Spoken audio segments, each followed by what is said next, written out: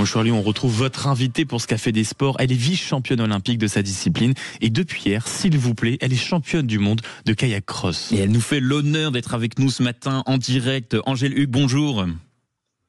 Bonjour à tous. Merci encore d'être avec nous. On vous recevait il y a un peu plus d'un an sur cette même antenne après votre bel été aux Jeux de Paris. Alors un an après avoir raté la plus haute marche du podium, elle a quelle saveur pour vous cette médaille d'or ? Bah écoutez, c'est super, hein. Franchement, c'est exactement ce que j'avais envie d'aller chercher après un titre de vice-championne olympique. Bah, c'est vrai que l'argent, ça avait une bonne saveur, surtout au jeu, mais voilà, j'avais vraiment envie d'aller chercher l'or. Et c'est maintenant chose faite, donc c'est génial.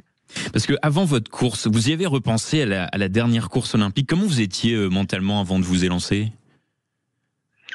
Ouais, bien sûr, j'y ai repensé. Franchement, j'avais beaucoup d'envie d'aller chercher ça. Je dirais pas trop de peur, parce que voilà, je pense qu'en kayak cross, y a pas trop le temps d'avoir peur et il faut pas trop réfléchir. Mais ouais, je me suis rappelé un petit peu de la saveur qu'avait eu un an auparavant ma dernière médaille, et voilà, c'est vraiment ça qui m'a donné envie d'aller chercher plus loin que la dernière fois. Alors vous êtes championne du monde, vice-championne olympique. C'est quoi le prochain objectif pour vous ? Los Angeles en 2028 ou est-ce qu'il y a quand même des petites étapes à passer avant ? Ouais, bien sûr, c'est vrai que pour l'instant, Los Angeles, c'est vraiment la ligne de mire, sachant que entre-temps, il y aura un championnat du monde par an encore, avec du coup un titre à défendre, un championnat d'Europe du coup aussi, et toujours le circuit Coupe du Monde avec 5 manches de Coupe du Monde par an, chose que je suis pas encore allée chercher, une victoire en circuit Coupe du Monde. Et ben voilà, l'objectif est donné.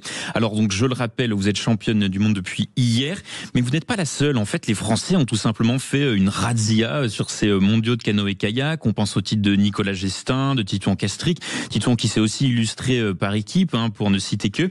Comment ça se fait que la France a été aussi forte sur ces mondiaux d'après vous ? Oui, c'est vrai que cette année, je crois que c'est une des fois, en tout cas depuis que je suis en équipe, qu'on remporte le classement général des nations. Voilà, il y a eu beaucoup de médailles d'or surtout. Franchement, bravo à l'équipe, à tout le monde, parce que c'était un gros boulot.